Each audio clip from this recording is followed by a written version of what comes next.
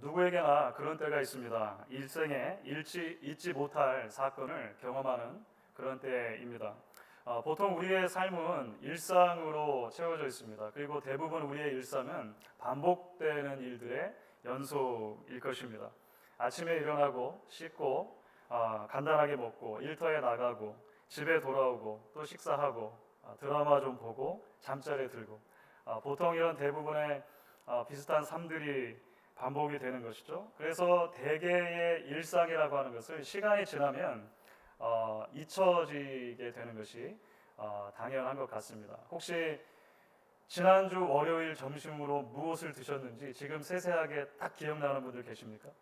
아마 많지 않으실 거예요. 우리가 일상으로 늘 경험하는 일들의 일부이기 때문일 것입니다. 하지만 때로 우리는 비상한 일들을 경험할 때가 있습니다. 특별한 사람을 만난다든지 특별한 사고를 겪는다든지 특별한 장소를 방문한다든지 특별한 책이나 문장을 방문한다든지 만난다든지 그런 경험을 하게 되는 것이죠.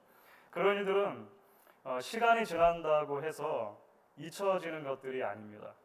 퇴색되지 않습니다. 왜냐하면 그것은 그 자체로 나를 뒤흔들어서 깨우는 종류의 경험이기 때문에 그렇습니다. 나의 삶의 방향을 완전히 바꾸어 놓는 종류의 경험이기 때문에 그렇습니다.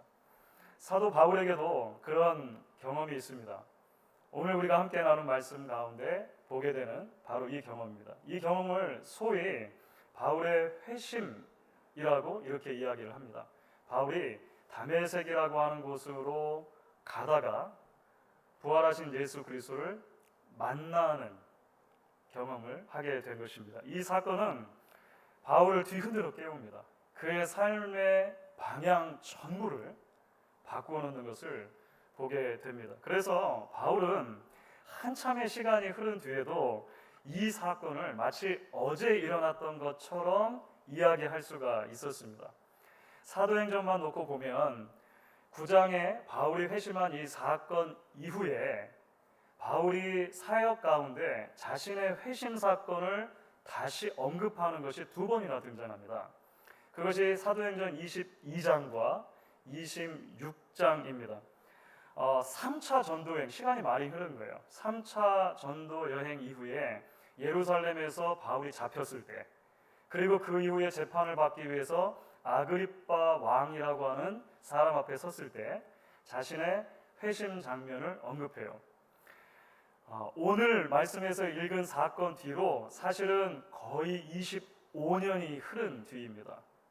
대부분 학자들의 그 연대표를 따르자면 바울이 예수를 만나 회심했을 때 20대 후반의 나이였다고 보여지는데, 나중에 자신의 회심을 다시 증언하는 대목을 보면 이제 50 중반의 나이가 되어 있는 거예요. 그럼에도 불구하고 마치 어제 일어났던 일처럼 바울은 예루살렘에 있는 여러 유대인들과 아그리빠 왕 앞에서 자신의 경험을 생생하게 이야기합니다. 그리고 그때 만났던 그 예수를 그들에게도 전하게 됩니다. 사랑하는 여러분, 다메섹으로 가는 길에서 도대체 바울에게 무슨 일이 일어난 것입니까? 도대체 어떤 종류의 경험을 했길래 그의 삶이 이 사건 이전과 이후로 나뉠 수 있었던 것일까요? 그리고 바울의 그런 회심 사건이 오늘 우리가 가지고 있는 신앙과 삶의 태도에 대해 어떤 메시지로 다가오느냐라고 하는 것입니다. 우리가 이런 질문들에 답을 하려면 먼저 바울이 어떤 사람이었는가라고 하는 것을 살펴볼 필요가 있습니다. 다시 말하면 예수를 만나기 이전에 바울이 도대체 어떤 종류의 사람이었냐라고 하는 것입니다. 여러분, 우리가 잘 아는 대로 바울은 사울이라는 다른 이름도 가지고 있습니다. 그렇죠? 사울은 혈통을 따르는 유대식 이름입니다. 히브리식 이름이라고 생각하시면 됩니다. 사울 왕, 구약의 사울 왕 기억나시죠? 바울이라고 하는 이름은 당시 로마 문화 속에서 흔히 가지고 있었던 헬라식, 그리스식 이름인 것입니다. 저의 한국 이름은 은재이지만 미국에서 살면서 데니얼 혹은 댄이라고 하는 영어 이름도 씁니다. 그러니까 미국 교회 성도님들이나 우리 교단 분들은 저를 Pastor Dan이라고 부르죠. 굉장히 비슷합니다. 당시 문화가 그랬기 때문에 그렇습니다. 그런데요, 우리가 사도행전에서 이 사도 바울을 제일 처음 만나는 장면이 있어요. 아마 기억나실 것입니다. 스데반 집사의 순교 장면에서 사도 바울이 잠깐 언급이 됩니다. 스데반 집사님이 설교한 내용에 대해서 예루살렘 성 유대인들이 불편하게 생각했고 결국은 그를 돌로 쳐 죽이게 되는데요. 성경은 바로 그때 스데반 집사를 돌로 치는 장면에서 증인들이 옷을 벗어서 사울이라고 하는 청년의 발 앞에 두었다. 이렇게만 나옵니다. 이게 이제 사울이 제일 처음 사도행전에서 등장하는 모습이죠. 자, 그래서 이 대목만 놓고 보면 여러분 바울이 어떤 사람처럼 느껴지십니까? 느껴지실 때 좀 소극적인 사람처럼 느껴지지 않습니까? 바울이 정말로 적극적인 사람이었다면 바울도 돌을 들어야 되지 않나? 이런 생각 혹시 하지 않으세요? 겨우 돌 던지는 사람들의 옷을 맡아주는 정도의 모습이니까 조금 겁쟁이 같기도 하고 원래 사람이 좀 소심한가? 소극적인가? 이런 생각이 얼핏 들 수 있다는 것입니다. 그런데 사실 그렇지 않아요. 사실 사울은 누구보다도 적극적인 사람이었습니다. 특별히 누구보다도 적극적으로 그리스도인들을 박해했던 사람이라고 하는 거예요. 실제로 증인들의 그 옷을 맡아둔 행위 자체가 스데반이라고 하는 사람이 죽는 데 있어서 아주 적극적으로 바울이 가담했다라고 하는 것을 보여주는 대목입니다. 그가 적극적으로 찬성했음을 보여주죠. 그래서 나중에 이제 이 사건을 기억하면서 바울이 그렇게 이야기를 해요. 내가 사람을 죽이기도 했다. 가편 투표를 던지기도 했다라고 하는 말을 본인이 언급합니다. 그래서 스데반 집사님이 죽고 나서 사실은 예루살렘에 큰 박해가 일어나게 되는데 그 박해에 사울이 거의 선봉에 서게 됩니다. 사도행전 8장 3절 말씀이에요. 이렇게 되어 있죠. 사울이 교회를 잔멸할세 각 집에 들어가 남녀를 끌어다가 옥에 넘기냐. 스데반 집사님이 죽고 나서 곧바로 있었던 일입니다.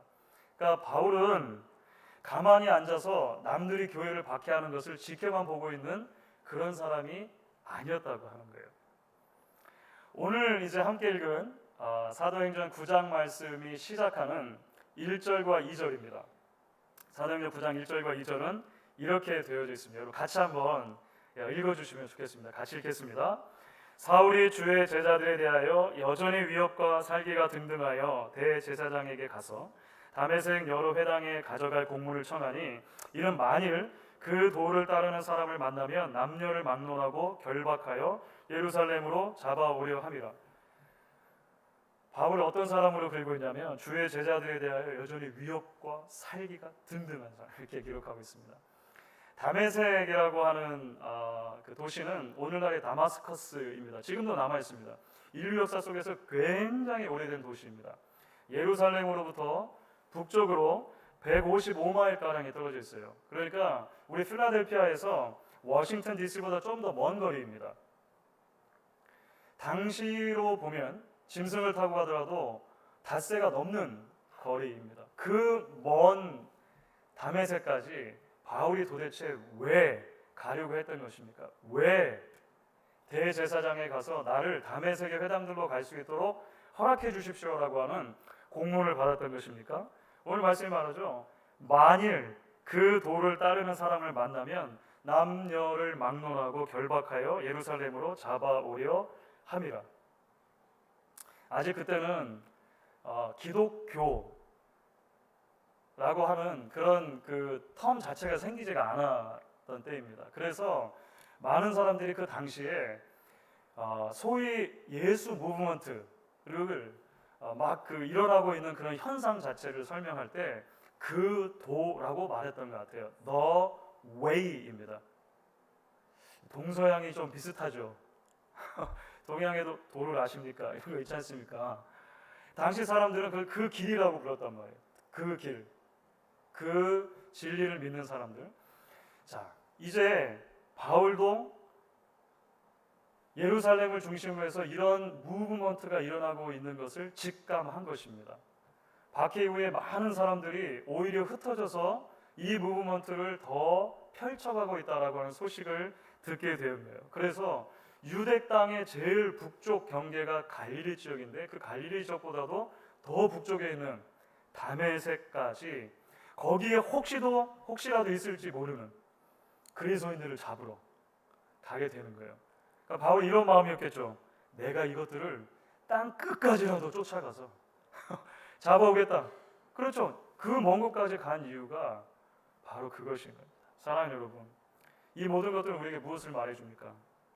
바울은 예수를 믿기 전에도 열정적인 사람이었습니다. 바울은 예수를 믿기 전에도 열심히 사는 사람이었다라고 하는 것입니다. 뜨거운 사람이었다라고 하는 거예요. 그 이유가 뭘까요? 자신이 믿는 바가 있어서 그렇습니다. 자신이 분명히 확신하고 있는 삶의 방향이 있어서 그래요. 그것이 바로 소위 유대교라고 하는 것입니다. 바울은 한 번도 게으르게 살아본 적은 없는 사람인 거예요.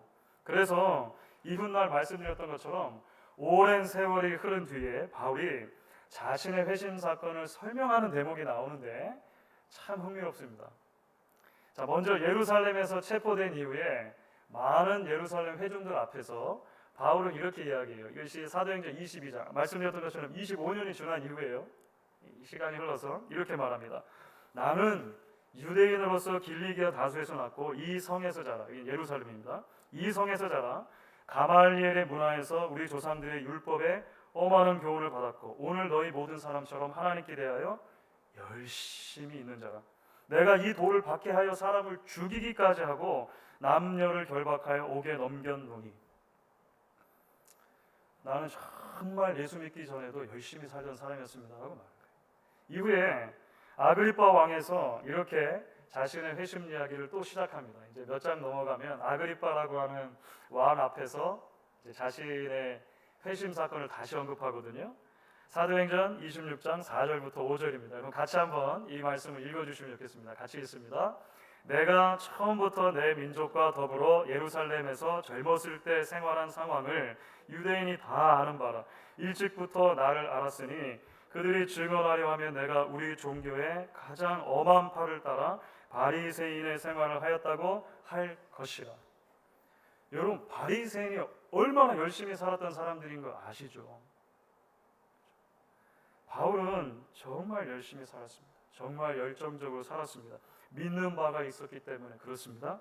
유대교와 유대교의 전통을 따라 사는 삶이 바른 삶이라고 믿었기 때문인 거예요. 율법을 지키고 조상들의 전통을 존중하고 지키고 엄격하고 제대로 된 삶을 사는 것이 생애 최고의 가치라고 바울은 믿고 살았던 것입니다. 그래서 그 삶의 방식이 위협받거나 흔들리면 그것을 적극적으로 막아야 한다라고 생각했던 것이죠. 그래서 기독교인들을 핍박한 것입니다. 사랑하는 여러분, 바울이 자신의 회심 이야기, 예수를 만난 그 이야기를 시작하면서 이런 이야기로 출발하는 이유가 무엇일까요? 그렇습니다. 그가 다메섹 사건을 통해서 경험한 일은 열정의 방향이 바뀌는 사건이었기 때문에 그렇습니다. 여러분, 제가 이전에도 열심히 살았습니다. 하지만 이제는 나의 삶의 방향이 바뀌게 되었습니다. 이전에는 내가 가지고 있는 잘못된 신념 때문에 예수를 믿는 사람들을 박해하기 위해 땅끝까지 갔었다면 지금은 그 예수를 전하기 위해 땅끝까지 나아가는 삶을 살고 있습니다. 바울은 그런 이야기를 하고 싶은 것입니다. 사랑하는 여러분, 그렇습니다. 인생의 문제는 우리가 열심히 사느냐 아니냐의 문제보다 더 근본적인 것입니다. 내가 지금 열정을 가지고 살아서 내 인생에 성공을 할 수 있느냐 없느냐 보다도 훨씬 더 본질적인 것이라고 하는 것입니다. 죄인들도 열심히 살 수 있습니다. 죄인들도 자신이 믿고 확신하는 바에 자신의 삶을 던져 놓을 수 있습니다. 문제는 무엇을 위해 열심히 사느냐라고 하는 것입니다. 무엇을 위해 열정을 내느냐라고 하는 것입니다. 예수를 믿는다고 하는 것은 결국 우리 열심의 방향이 바뀌는 것입니다. 열정의 대상이 바뀌는 것입니다. 그래서 성경이 말하는 회심, conversion은 언제나 돌이킴이라고 하는 의미를 담고 있습니다. 슈프라고 하는 구약의 단어는 turn이라고 하는 의미를 가지고 있습니다. 돌이키는 것입니다. 그런 의미에서 볼 때 오늘 말씀에서 바울이 예수 그리스도를 만나는 그 장면을 설명하는 그 내용들이 심상치가 않아요. 오늘 부활하신 예수님께서 바울을 만나는 장면에서 여러분 강조되고 있는 이미지가 있습니다. 사실 이거 인간의 감각과 관련된 거예요. 두 이미지가 있는데 하나는 빛이고 다른 하나는 소리입니다. 여러분 그렇죠? 오늘 예수님께서 바울을 만나시는 장면에서 빛과 소리가 강조되어 등장합니다. 먼저 바울이 다메섹으로 가던 길에서 자신을 둘러 비추는 강력한 빛을 경험하는 거예요. 나중에 증언에 의하면 이 때가 언제였냐면 시간적으로 볼 때 정오였습니다. 눈타임이었어요. 그러니까 그 어떤 때보다도 태양빛이 강렬했을 것 아닙니까? 그런데 바울은 그것을 빛이라고 금방 알아차렸어요. 나중에 그래서 26장에 보면 바울이 그 빛이 햇빛보다 더 강한 빛이었다, 해보다 더 강한 빛이었다라고 설명을 하는 거예요. 무슨 말입니까? 압도적인 빛을 경험한 것이죠. 지금까지 살면서 내가 빛이라고 생각했던 태양빛보다 더 밝은 빛이 어디 있습니까? 우리가 경험할 수 있는 것은 그렇잖아요. 지금까지 내가 살면서 빛이라 생각했던 모든 것을 심지어 태양빛마저도 초라하게 만들어버리는 압도적이고 절대적인 빛에 바울이 둘러싸이게 되는 것입니다. 그리고서 바울이 소리를 들어요. 사울아 사울아 내가 어찌하여 나를 박해하느냐. 너무 강력한 빛에 압도되니까 바울이 땅에 엎드려져 있었거든요. 그리고 묻죠. 주여 누구시니까? 그 소리가 이렇게 대답합니다. 나는 내가 핍박하는 예수라. 너는 일어나 시내로 들어가 내가 행할 것을 내게 이를 자가 있느니라. 바울은 이전에 예수를 만났던 적이 한 번도 없습니다. 바울은 살아계실 때 예수님을 만난 적이 없어요. 그 예수를 믿는 그리스도인들을 핍박했을 뿐입니다. 교회를 핍박했을 뿐입니다. 그런데 예수님께서 내가 나를 핍박했다 이렇게 말씀하시는 거예요. 핍박받는 교회와 예수님이 자기 자신을 동일시하시죠. 그래서 이제 어떤 학자들은 나중에 바울 서신을 보면 지난주에도 잠깐 말씀드렸습니다만 바울이 교회를 설명할 때 가장 좋아하는 이미지 중에 하나가 그리스도의 몸입니다. 그리스도의 몸. 여기서 바울이 그런 그리스도의 몸의 개념을 이해하게 되었을 것이라고 생각해요. 아마 그럴 것 같습니다. 그럴 것 같습니다.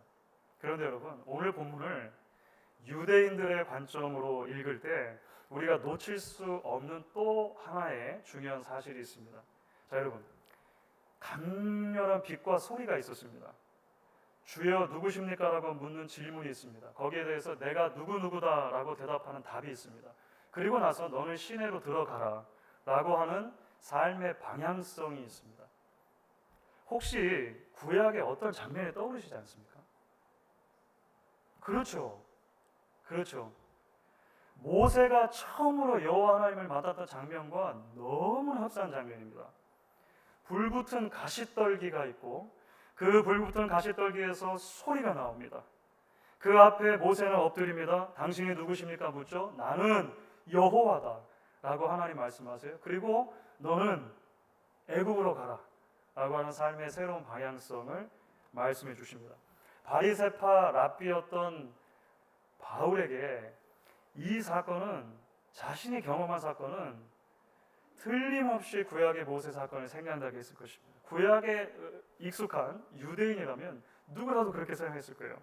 자, 그렇게 보면 우리는 이 사건이 바울에게 가져다 주었을 충격을 이해할 수 있는 것입니다. 바울은 그리스도인들이 예수를 메시아라고 하나님의 아들이라고 하는 것을 도저히 받아들일 수가 없었습니다. 그렇죠. 하나님의 아들이라면 하나님이라고 하는 말인데 어떻게 하나님이 또는 하나님의 메시아가 저주받은 십자가에 달려 죽을 수 있는가? 이해할 수가 없는 거예요. 혹자는 그가 살아났다고 말하는데 부활이라고 하는 것은 종말에나 있는 것이지 어떻게 지금 누군가가 살아날 수 있는가? 이성적으로 믿을 수 없다라고 생각했을 것입니다. 예수도 그를 따르는 이들도 저 성전에 대해서 너무나도 무지막지한 말을 하는데 성전이 무너질 것이라고, 성전이 아무것도 아니라고 하고, 이건 도저히 받아들일 수 없다 생각했다라고 하는 것이죠. 결국 그가 열심히 열정적으로 그리스도인들을 핍박하는데 이르게 되었던 본질적인 질문들이 바로 이런 겁니다. 어떻게 예수가 그럴 수 있느냐라고 하는 것이죠. 그런데요, 그는 다메섹으로 가는 길에서 부활하신 예수를 빛과 소리를 통해 만나는 것입니다. 모세에게 나타나셨던 참 하나님, 그 하나님의 현의 다시 한번 자신에게 나타나는 것을 너무나 분명히 알았습니다. 이거는 잊어버릴 수 없고 미스할 수 없는 사건이 일어난 것입니다. 그 예수가 하나님이라고 하는 것을 그 사건을 통해 알게 되는 거예요. 그 예수가 진짜 살아나셨구나라고 하는 것을 알게 되는 거예요. 그가 참 생명의 구주심을 알게 되는 것입니다. 그가 지금 자신을 새로운 삶으로 부르고 있다라고 하는 것을 대번에 깨닫게 되었다는 것입니다. 우리가 다음 주에 조금 더 그 이후에 일어난 사건들을 보면 얼마나 급격하게 바울에게 변화가 일어나는지를 보게 될 것입니다. 사랑하는 여러분, 그렇습니다. 회심이라고 하는 것은 그리스도의 압도적인 빛을 경험하는 것입니다. 내가 지금까지 빛이라고 생각해왔던 모든 것들이 한없이 초라하게 느껴지는 것을 경험하는 것입니다. 그 초라한 것들을 빛이라고 믿고 살았던 나의 죄악됨이 하나님 앞에서 부끄러워지는 것입니다. 그래서 그 앞에 무릎을 꿇는 경험입니다. 나를 벌거벗게 만드는 빛 앞에 드러나는 경험이라고 하는 거예요. 동시에 그런 죄인인 나를 여전히 사랑하셔서 먼저 다가와 주시고 불러주시고 사울아 사울아 나와 관계 맺기를 원하시는 은혜의 하나님이라고 하는 것을 발견하는 것입니다. 동시에 회심은 주님의 분명한 소리를 듣는 것입니다. 지금까지 귀 기울여 왔던 나의 내면의 소리나 이 세상 종교와 철학 체계의 소리, 시대 정신이나 문화의 소리를 잠잠케 하시는 주님의 절대적인 소리를 듣는 것입니다. 죄를 깨닫게 하는 소리입니다. 진리로 인도하는 소리입니다. 삶의 새로운 방향을 제시해주는 소리입니다. 그러므로 주 안에서 사랑하는 여러분, 오늘 말씀은 우리로 하여금 우리의 믿음의 여정을 돌아보지 않을 수 없게 합니다. 오늘 예배하시는 여러분 가운데 많은 분들이 회심의 경험이 있으실 것입니다. 물론 그 회심 사건이 꼭 바울의 경우처럼 그렇게 극적이지 않을 수 있어요. 그렇죠. 사실 우리 가운데 바울같이 이런 극적인 회심을 경험한 사람이 몇이나 되겠습니까? 크건 작건, 극적이건 극적이지 않건, 그럼에도 불구하고 여러분의 회심은 예수님 안에서 주신 하나님의 은혜의 빛에 압도되는 경험이었을 것입니다. 여러분의 삶의 가치와 방향을 새롭게 해주시는 말씀을 듣는 경험이었을 것이에요. 여러분 진정 회심을 경험했다면 반드시 그런 일이 있었을 것입니다. 그런데요, 어느덧 시간이 흐르면서 그런 회심 사건이 아련한 과거의 추억으로만 그냥 남아 계시지는 않습니까? 어느덧 다시 세상의 수많은 작은 빛들에 현혹되어서 우리 마음을 빼앗기고 있지는 않습니까? 어느덧 다시 내 생각과 내 방향이, 내 마음이 신앙과 삶의 최고 가치가 되고 나의 인생의 방향타가 되고 있지는 않습니까? 어느덧 세상의 수많은 작은 소리들이 우리 가정과 사업과 신앙 여정의 가이드가 되고 있지 않습니까? 다시 한번 빛 대신 주님께로 나아오는 여러분들 되실 수 있기를 소망합니다. 다시 한번 주님의 그 절대적인 그러나 친밀하고 개인적으로 여러분 한 사람 한 사람을 불러주시는 그 목소리에 귀를 기울이실 수 있는 여러분 되실 수 있기를 바랍니다. 바울과 같이 평생토록, 아니 시간이 흐르면 흐를수록 더욱 그리스도의 영광스러운 빛에 사로잡히는 여러분, 더욱 그리스도의 음성을 분명히 듣게 되는 신앙의 민감함이 회복되어지는 여러분들 되실 수 있기를 축복합니다.